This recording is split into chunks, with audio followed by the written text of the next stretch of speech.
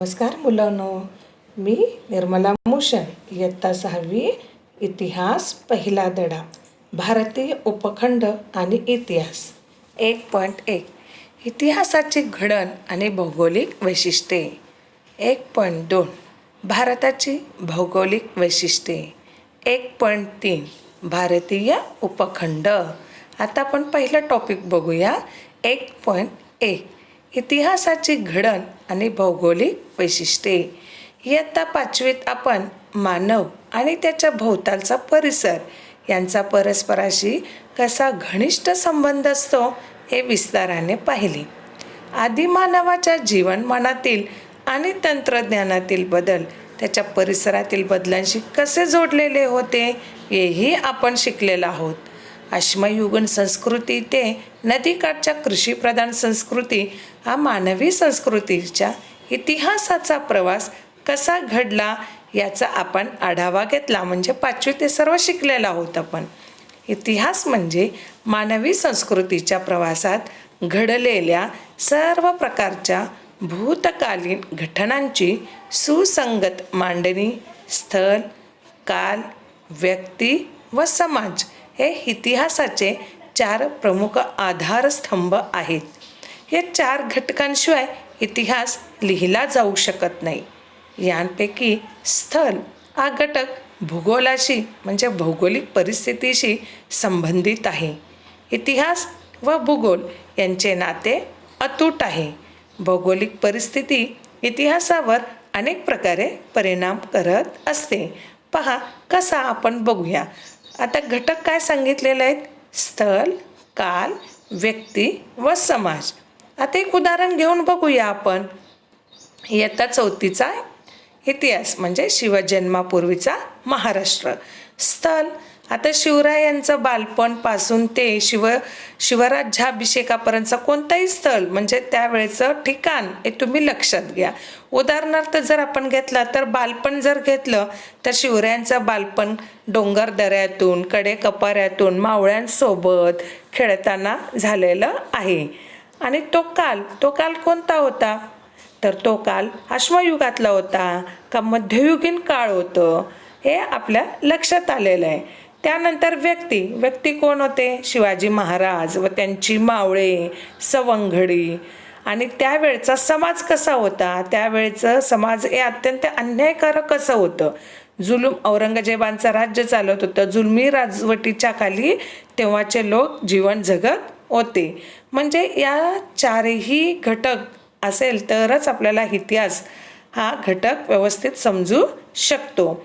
यामध्ये सर्वात महत्त्वाचा म्हणजे स्थळ हा घटक भूगोलाशी आहे. आता स्थळ म्हणजे काळ. आता आपण म्हटलो की शिवरायांचं बालपण, तो ठिकाण कुठे होता? तर डोंगर दऱ्यांचा होता. म्हणजे तो परिसर कोणता झाला? डोंगर दरे. ओके, म्हणजे तो कोणत्या विषयाशी संबंधित झाला? भूगोलाशी. परिसराला म्हणजे भूगोलालाच. म्हणून इतिहास आणि भूगोल यांचे नाते अतूट आहे असे म्हटलेलं आहे. आहार, केशभूषा, घर बांधणी, आहार, वेशभूषा, घर बांधणी, व्यवसाय इत्यादी गोष्टी बऱ्याच अंशी आपण राहतो त्या परिसराच्या भौगोलिक वैशिष्ट्यांवर अवलंबून असतात. आता बघूया आपण. उदाहरणार्थ आपण भारताचा जर नकाशा पाहिला तर आपण काश्मीरपासून सुरुवात करूया.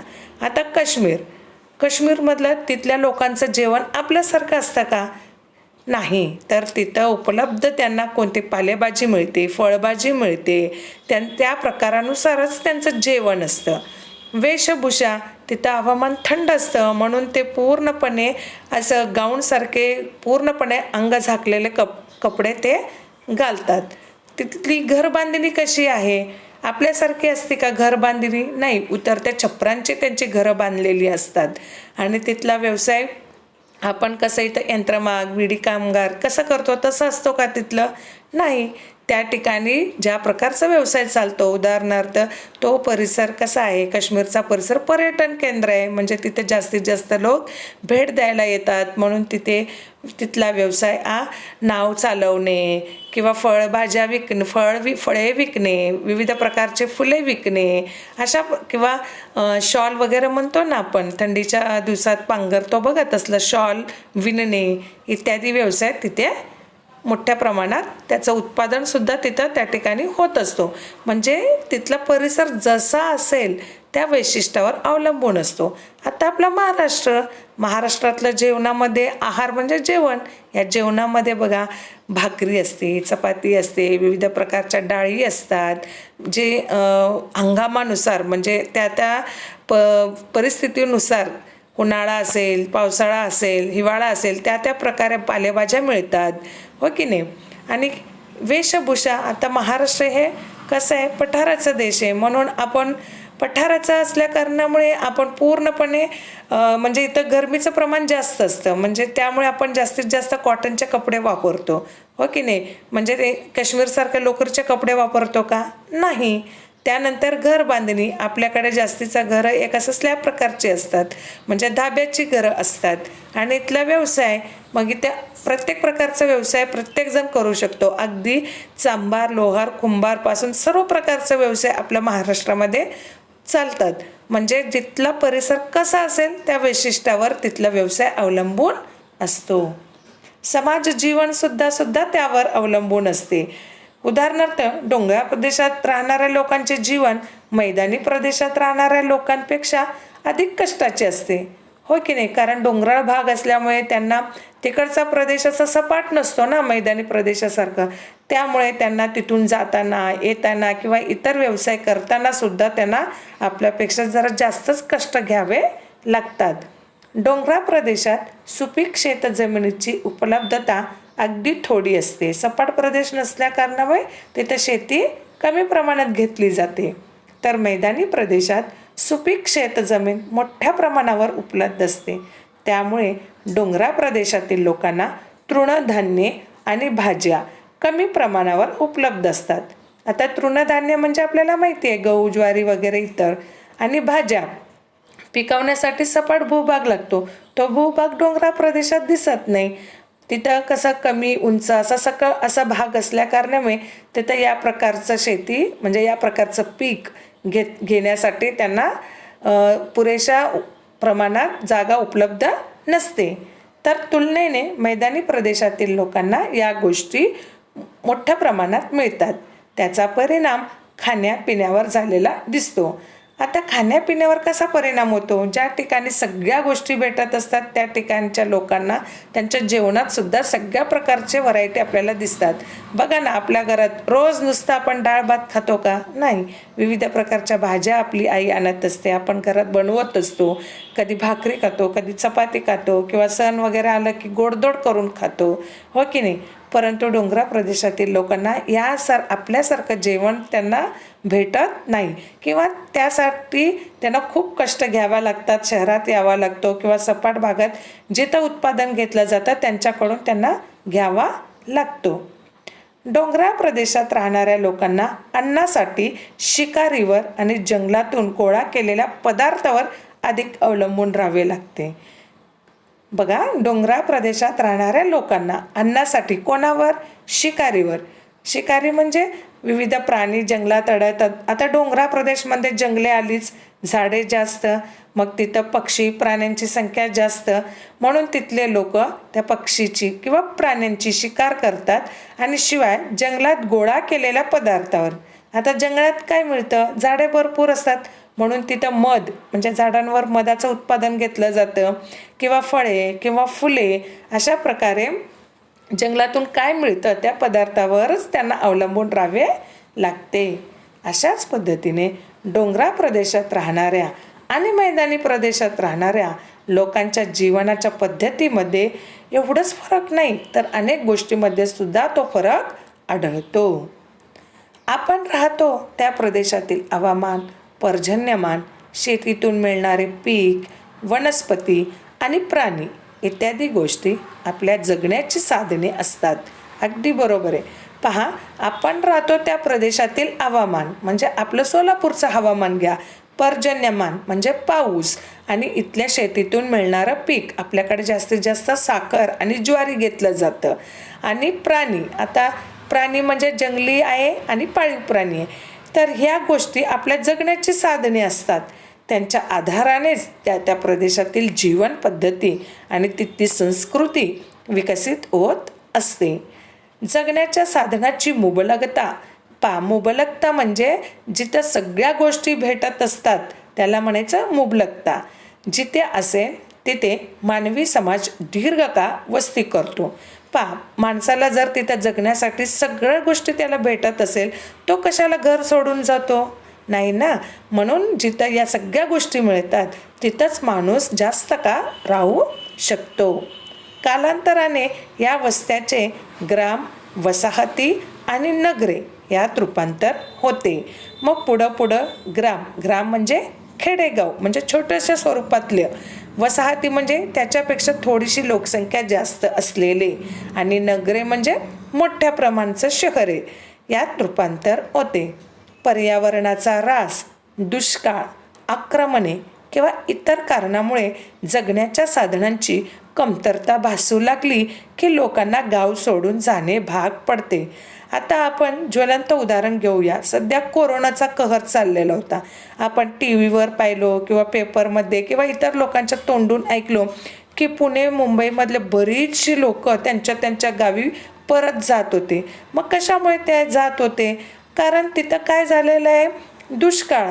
बरोबर. कशाचा दुष्काळ? कारण कामं बंद झालेले आहेत. कोरोना झाल्यामुळे लोक एकमेकांपासून डिस्टन्सच पाळत होते, त्यामुळे काम नव्हतं त्यांना. काम नसल्यामुळे त्यांना पैसा मिळत नव्हता. पैसा नसल्यामुळे जगणं कसं? म्हणून त्यांनी त्यांच्या गावी जात होते, हो की नाही? त्याप्रमाणे पर्यावरणाचा ऱ्हास. आता दुष्काळ पडला म्हणजे पाऊसच पडला नाही तर पीक उत्पादन होणार नाही. किंवा अतिवृष्टी म्हणजे जोराचा पाऊस आला आणि आहे तेवढं सगळं पीक वाहून गेलं तर दोन्ही प्रकारे नुकसानच आहे ना.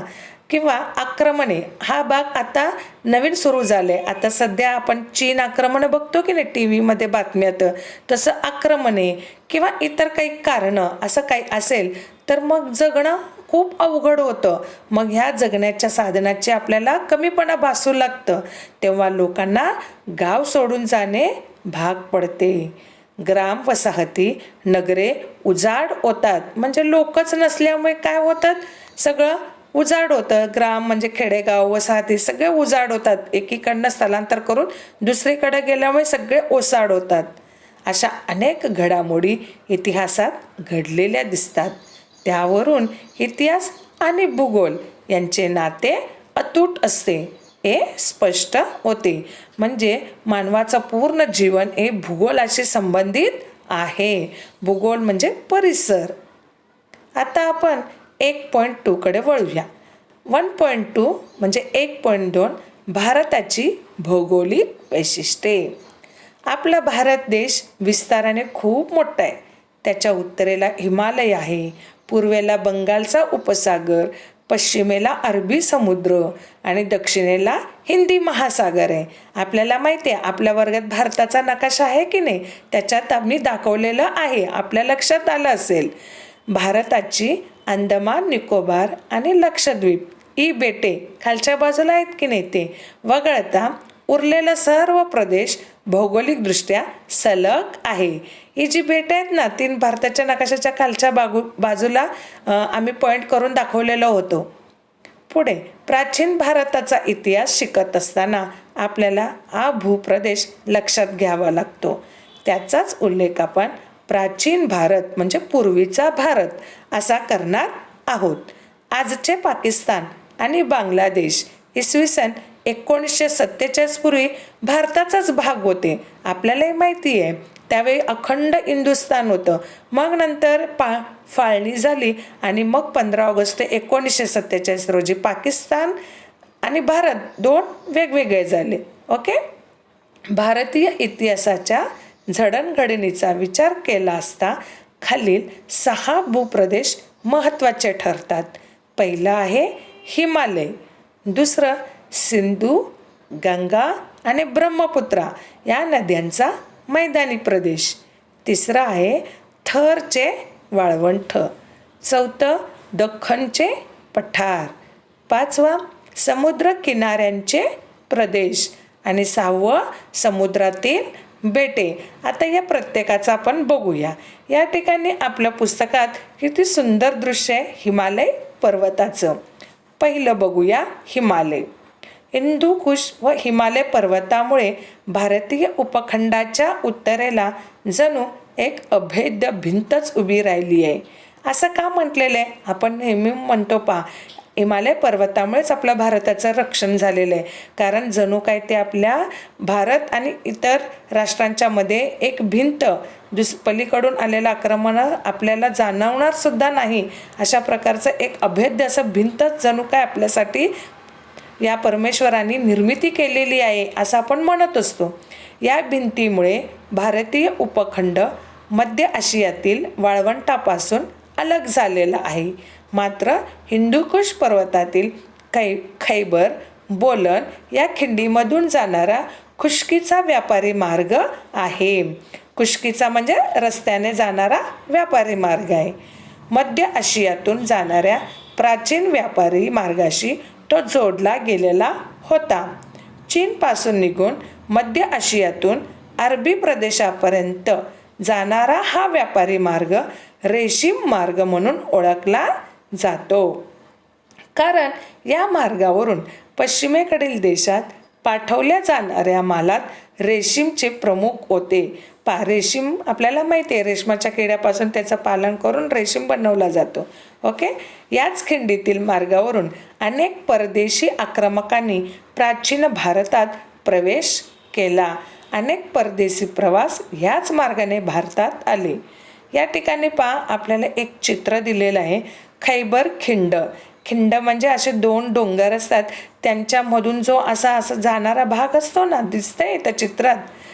ओके. वळणाचा दिसतो ना, त्याला खिंड म्हणतात. आता दुसरं पाहूया आपण. सिंधू, गंगा, ब्रह्मपुत्रा नद्यांचा मैदानी प्रदेश.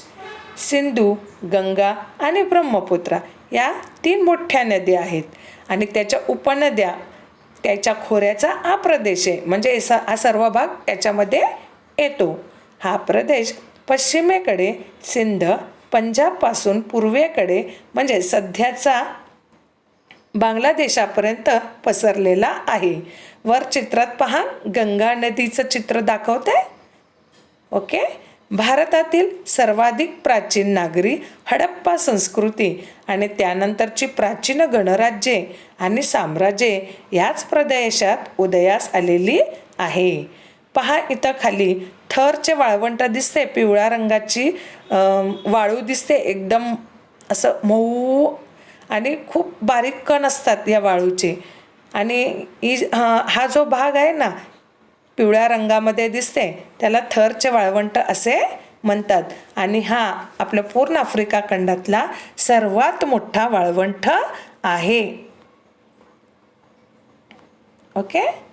यानंतर पाहूया आता थरचे वाळवंट. थरचे वाळवंट राजस्थान, हरियाणा आणि गुजरात या प्रदेशातील काही भागांमध्ये पसरलेलं आहे.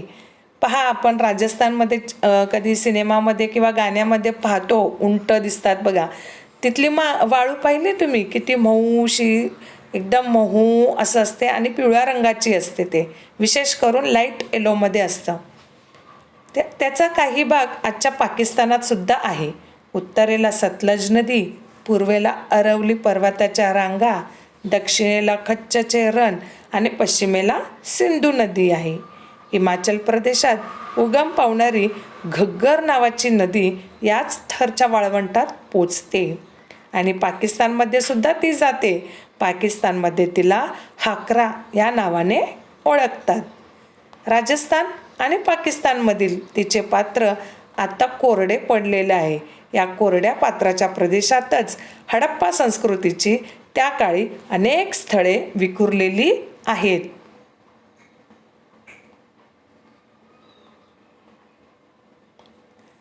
त्यानंतर चौथा भाग आपण बघूया, दख्खनचे पठार. एका बाजूस पूर्व किनारा आणि दुसऱ्या बाजूस पश्चिम किनारा यामध्ये असलेला भारताचा भूप्रदेश दक्षिणेकडे निमुळता ओत जातो.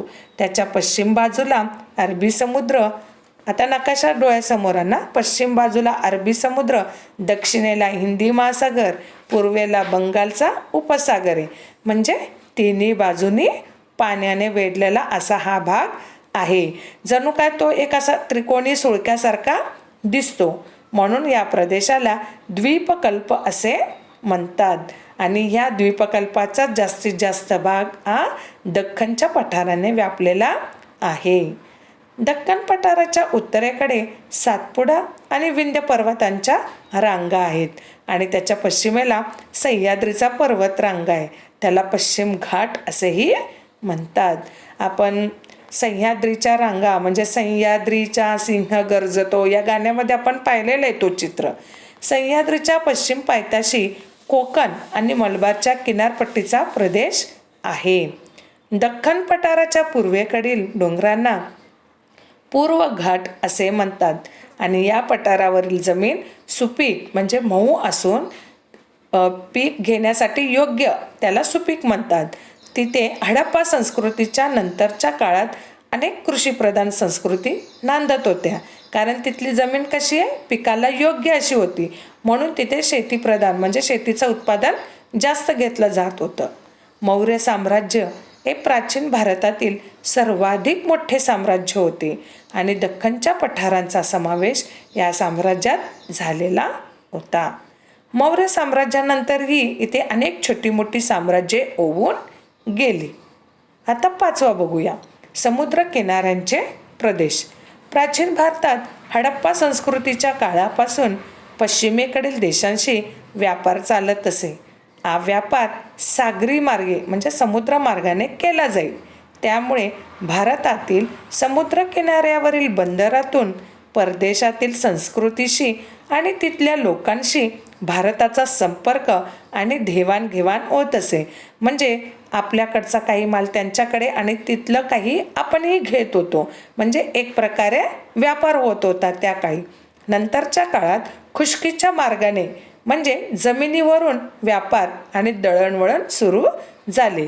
तरीही सागरी मार्गाचे महत्त्व कायम राहिले. सागरी मार्ग म्हणजे समुद्रातले मोठमोठे बोटी, जहाजे याच्यातून हा व्यापार होत होता.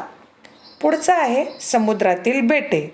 अंदमान आणि निकोबार ही बंगालच्या उपसागरातील भारतीय बेटे आहेत. तसेच लक्षद्वीप हा भारतीय बेटांचा समूह अरबी समुद्रात सुद्धा आहे.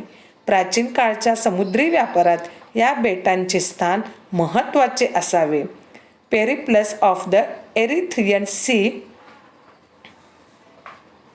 म्हणजे तांबड्या समुद्राचे माहिती पुस्तक, या पुस्तकात भारतीय बेटांचा उल्लेख आहे. हे पुस्तक एका अनामक ग्रीक खलाशाने लिहिलेलं आहे. खलाशी म्हणजे समुद्रावरून सागरीवरून जे व्यापार करतात ना त्या लोकांना म्हटलेलं आहे. या ठिकाणी आपल्यासमोर भारताचा नकाशा दिसतोय. भारत प्राकृतिक दिसतो. उत्तरेकडे वर हिंदुकुश पर्वत, अफगाणिस्तान अशा रेषाने खैबर खिंड दाखवलेला आहे. तसंच तो पुन्हा बोलन खिंड दाखवलेला आहे. थरचे वाळवंट, सिंधू संस्कृतीवर पाकिस्तान हा भाग वेगळा दाखवलेला आहे. सतलज, त्यानंतर गंगा नदी प्रवाहित झालेली आहे. नेपाळ, बांगलादेश आणि मधला जो भारताचा मधला जो भाग आहे ना चॉकलेटी रंगातला, तो पूर्ण दख्खनचे पठार आहे. सह्याद्री पर्वत खाली पश्चिमेकडे दिसतंय. त्यानंतर नकाशाच्या इथं पश्चिमेकडे अरबी समुद्र आहे, पूर्वेला बंगालचा उपसागर आहे आणि खाली लक्षद्वीप बेटे. श्रीलंका पण दिसते पहा भारताच्या खाली एकदम. ओके, तो सुद्धा श्रीलंका एक बेटच आहे. त्यानंतर लक्षद्वीप महासागर दाखवते. ओके, आता आपण नकाशाचं वाचन कसं करायचं हेही याच्यात दाखवलेलं आहे. वर ॲरो दाखवले की नाही बाण, उत्तर दिशा आणि आपलं पूर्वेकडची ती पूर्व बाजू आणि दुसरी पश्चिम आणि खालची दक्षिण. ओके, बंगालचा उपसागर आणि बांगलादेश वर इथं दिसते. ठीक आहे, चला तर मग आता पुढचं आपण बघूया अंदमान बेट. या ठिकाणी पहा, बेट कोणाला म्हणायचं हे मी या चित्रातून तुम्हाला सांगते. आता इथं चित्र पहा, या ठिकाणी आजूबाजूला पूर्ण हिरवीगार झाडे आणि मधला भाग हा पूर्ण असं पाण्याने दिसतंय ब्ल्यू कलरमध्ये. ओके, म्हणजे मधला हा भाग पूर्ण पाण्याने असतो आणि आजूबाजूचा सर्व परिसरामध्ये पहा घरे सुद्धा दिसत आहेत, म्हणजे वस्ती सुद्धा आहे त्या ठिकाणी आणि हिरवीगार अशी झाडे झुडपांच्या मध्ये घरे दिसत आहेत. याला बेट म्हणतात. त्यानंतर आता आपण 1.3 कडे वळूया. भारतीय उपखंड. हडप्पा आणि मोहेंजोदडो ही शहरे आजच्या पाकिस्तानात आहेत.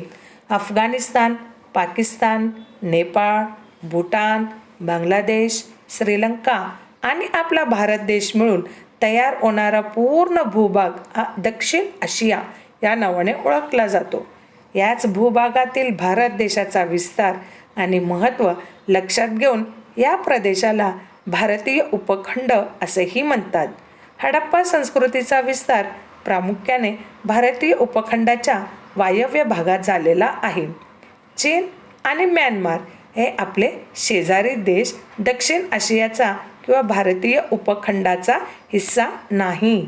तरीही प्राचीन भारताशी त्याचे आपले इतिहासकालीन घडलेल्या घटनेशी संबंध आले होते. प्राचीन भारताच्या इतिहासाच्या अभ्यासात त्याचे महत्त्वाचे स्थान आहे.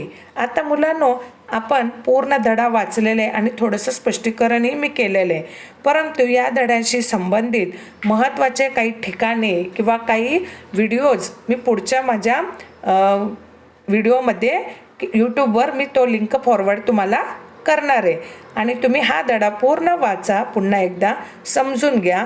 ज्या शब्दाचे अर्थ तुम्हाला समजलं नाही तो तुम्ही पेन्सिलीनं अंडरलाईन करा आणि मला फोनद्वारे किंवा व्हॉट्सअपद्वारे विचारू शकता आणि जमलं तर प्रश्नांची उत्तरं शोधण्याचा प्रयत्न करा. ओके, स्वाध्याय खूप सोपा आहे. एका वाक्यात उत्तरे लिहा, तुम्ही सहज लिहू शकता. कारणे लिहा सुद्धा तुम्हाला ती उत्तरं मिळू शकतात. त्यानंतर प्रश्न 5वा सुद्धा खूप सोपा आहे. फक्त थोडक्यात उत्तरे लिहा आणि प्रश्न 4 जो भाग आहे तो मी तुम्हाला PDF फाईलमध्ये व्हॉट्सअपवर पाठवणार आहे. धडा तुम्हाला सर्वांना समजला असेल असे मी गृहीत धरते आणि यावर आधारित व्हिडिओ मी पुढच्या माझ्या व्हिडिओमध्ये पाठवते. पहा, आपल्या या धड्याच्या खाली एकदम खाली विविध वेशभूषा दिसते. प्रत्येक ठिकाणचं तिथलं राज्यानुसार ते दिलेलं आहे. आपल्या सर्वांना माहिती आहे बघा, पहिलं चित्र पूर्ण महाराष्ट्रीयन या पद्धतीनं दिसते. दुसऱ्यामध्ये पहा पंजाब. ओके, तिसऱ्यामध्ये पहा चेन्नईचं लुंगी किंवा धोतरसारखं दिसतंय की नाही. आणि पुढे गुजरातीचं दिसते, गरबा डान्स करताना घालतात बघा त्याप्रमाणे. म्हणजे प्रत्येक राज्याची वेशभूषा ही वेगवेगळी असते. ओके, चला तर मग आता हा धडा पूर्ण झालेला आहे. यावर आधारित व्हिडिओ आपण पुढच्या भागात बघूया. थँक्यू.